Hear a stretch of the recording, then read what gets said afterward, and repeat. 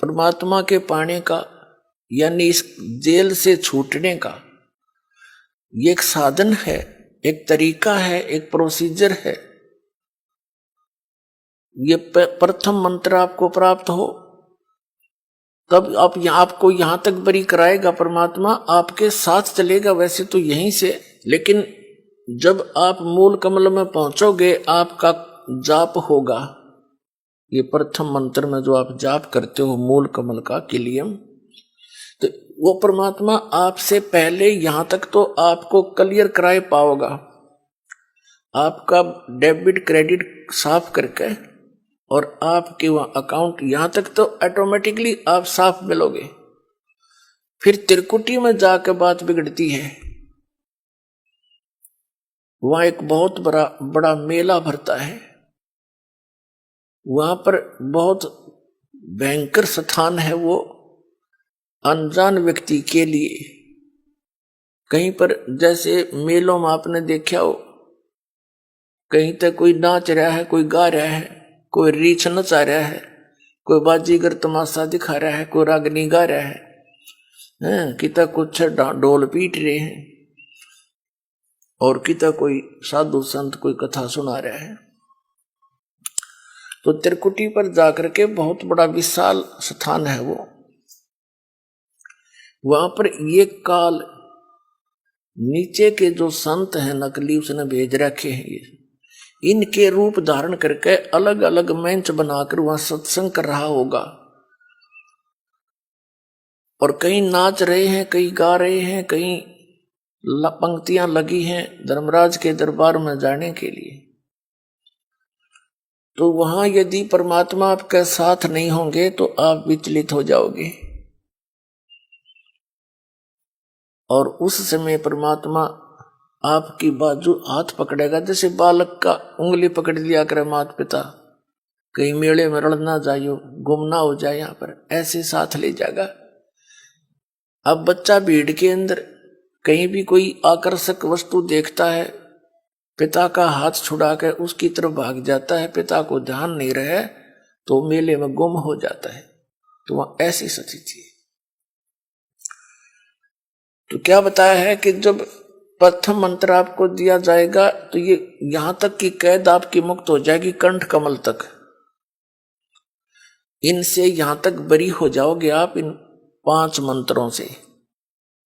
इसके साथ साथ जो 2 नामों की जो धन है आपका, वो आपको अलग से मिलेगा, आपके सतलोक जाने वाली कमाई में वो सहयोगी होगा, क्योंकि वो उस परम पिता का जाप है। इसलिए उस सार नाम की जो आपको मिलता है लेट, उसकी कुछ पूर्ति ये 2 मंत्र करते रहते हैं साथ के साथ, क्योंकि डॉक्टर को पता होता है कौन सी औषधि इस रोग में रोग काटने की है, कौन सी इसके बॉडी को सपोर्ट देने की है। तो कंप्लीट कोर्स डॉक्टर ही जानता है जो वेल नोन होता है। तो ये दास इस रोग का डॉक्टर है, इस पृथ्वी पर नहीं है कोई व्यक्ति और जो इस दास को ज्ञान है।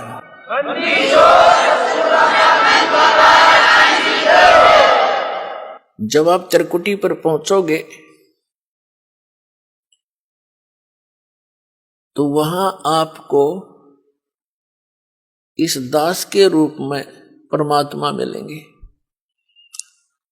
तो उस जैसे हमने सबसे पहले पति भर्ता पद पर आना पड़ेगा, वैसे तो इस ज्ञान के आधार से दास ऐसा आपको दृढ़ कर देगा, दूसरे संतों की आपने बात भी नहीं सुहावेगी, क्योंकि उनके पास अध्यात्म ज्ञान नहीं है, अटपट है। तो उस त्रिकुटी के उस मेले में वह कई सत्संग भी कर रहे होंगे, आप उधर देखो भी कोई ना कि तो बांडे हैं नींद में, इनका पास कुछ नहीं है।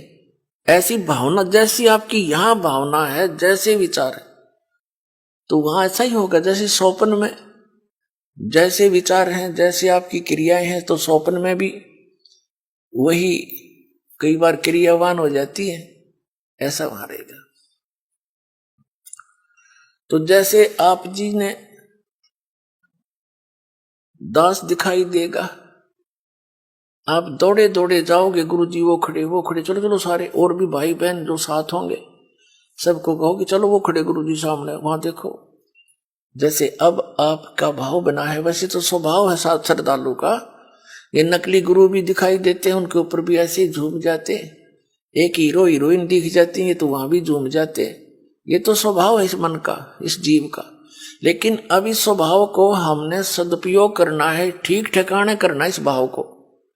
गलत ठिकाने से हम यही फंसे रह जाते। तो फिर परमात्मा आपको इस 2 अक्षर के मंत्र का अकाउंट कराओगा वहां वकील बनके। और इनके जैसे दास आपको यहां दिखाता है ना, इसमें ये लिखा, इसमें ये लिखा, इसमें ये लिखा, तो कानून की किताब है ये यहां ये परमात्मा की। तो ये दास के रूप में भगवान उस न्यायाधीश को दिखाएगा, देखो आपका विधान है, सर्वधर्मान परित्यज माम एकम शरणम व्रज। और आपका मंत्र है आपके यहाँ के भगवान का 8वें अध्याय के 13वें श्लोक में गीता जी में, ओम इति एकाक्षरम ब्रह्म व्यवहार माम अनुसमरण यह प्रियाति तन देह सयाति परमाम गति। ओम से मिलने वाली जो साधना है आपके ब्रह्म की, ये ओम मंत्र है। ये इसने जाप किया है, इसकी मजदूरी है, ये अपना इसका नोट करो। फिर ये 5 यज्ञ जो आप यहां करते हैं, इन 5 यज्ञ का अकाउंट भी इसी को देना होगा। वो सारे के सारे तैयार करके कागज तैयार रखेगा भगवान, उसके दरबार में जमा करा देगा। फिर कहेगा कि ये ओम नाम का जाप आपकी कमाई है, रुको, बाकी इसका अकाउंट क्लियर करो। 2 मिनट में साफ मिलेगा आपका। क्योंकि गुरु आपको यहां से लेकर और सतलोक तक आपके साथ रहेगा, यानी परमात्मा रहेगा इस दास के रूप में। तो इसलिए आपके विषय में बताया है।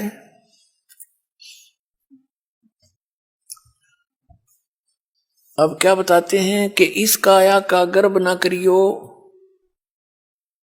के काला के गोरा रे, और बिना वजन कुछ काम नहीं आवत है, इसके एतर छिड़को चारों ओर आ रहे। यह तो माटी है। और इससे ये जीव निकलने के बाद इसको 2 दिन रख कर दिखा दो घर में, इसमें कीड़े चल पड़े। ऐसा बेकार शरीर है ये। कबीर साहब कहते हैं, गर्भ ना करे रे गंवारा, यो जोबन और तेरा धन, ये जवानी और ये धन, ये तो मेहमान है दिन चारा। फिर बताते हैं, पशु के चाम की त जूते बन जा, नौबत और नगाड़ा, और नरदे ही कुछ काम ना आवे, जड़बुझ हो जा छारा, यानी राख हो जाती जड़ के। या तो उस काम भी ना हो, जूते बन जा, कोई नगारा बन जा, या कोई और काम आ सकती। ये तो केवल एक का काम आ सके, भगवान पाने के लिए। तो फिर क्या बताते हैं, इस काया का गर्भ न करियो, के काला के गोरा रे। इसने कभी किसी के खरोंच आ जा थोड़ी सी, अंदर मटेरियल सारा एक जैसा सबका, चाहे कोई गोरा है चाहे काला है, ऊपर की पॉलिश का अंतर है बस, अंदर मटेरियल सेम है। और इसमें मटेरियल क्या है, कभी कोई कुत्ता मरा हुआ देखा हो आपने सड़क के एक्सीडेंट में, उसका वो आंत बाहर निकली पड़ी होती है, देखने में दिल भी ना करे, उल्टी पड़ जाए, कहीं टट्टी निकल रही है, कहीं पेशाब, और कहीं उसका आंत सारी बाहर पड़ी है, मांस पड़ा है। यो सांग है जिसने आप ठाए फिरो हो, और इस मांडी पाक रहे हो, धरती तोल रहे हो, कभी कुछ पॉलिश कर रहा है, कभी उसको पाउडर ला रहा है, स्वस्थ रखने के लिए इस बॉडी को, क्योंकि इसकी हमें घनी जरूरत है, उसके लिए आप इसकी आवश्यक औषधि वस्तु प्रयोग कर सकते हो, उससे एक्स्ट्रा करते हो, बकवाद है। और भगत ने बकवाद स्वभाव नहीं, चला नहीं इस भक्ति मार्ग। इसको वही समझें जो यो मटेरियल है। इसे अलग सोचकर हम इसकी कोई और ज्यादा चकाचौंध करने की चेष्टा करते हैं तो हम भगत नहीं है। हमने समझा नहीं है ये क्या वस्तु है, और ये इतनी अनमोल है। वैसे तो यह मिट्टी है, लेकिन इस मिट्टी से हम सोना बना सकते हैं, मोक्ष रूपी सोना, और इसके अतिरिक्त वो हो नहीं सकता। तो कहते हैं ये देही सोंगी नहीं, ये महंगी रत्नों मोल है। या नरी सस्ती भी ना समझना, ये बहुत कॉस्टली है। असंख्य जन्मों के बाद दाव लगता है इस मानव शरीर का, और इसको हम उसी पशु पक्षियों की क्रियाओं में नष्ट कर जाते हैं, तो परमात्मा कहते हैं धिक्कार है तुम्हारे जीवन को।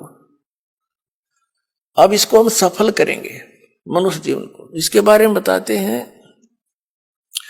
इस माया का गर्व ना करियो के हाथी के गोडारे,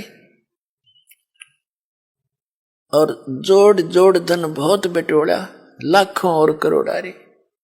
कबीर साहब कहते हैं कि सर्व सोने की लंका थी वह रावण से रणधीरम, एक पलक में राज विराजी फिर जम के पड़े जजीरम।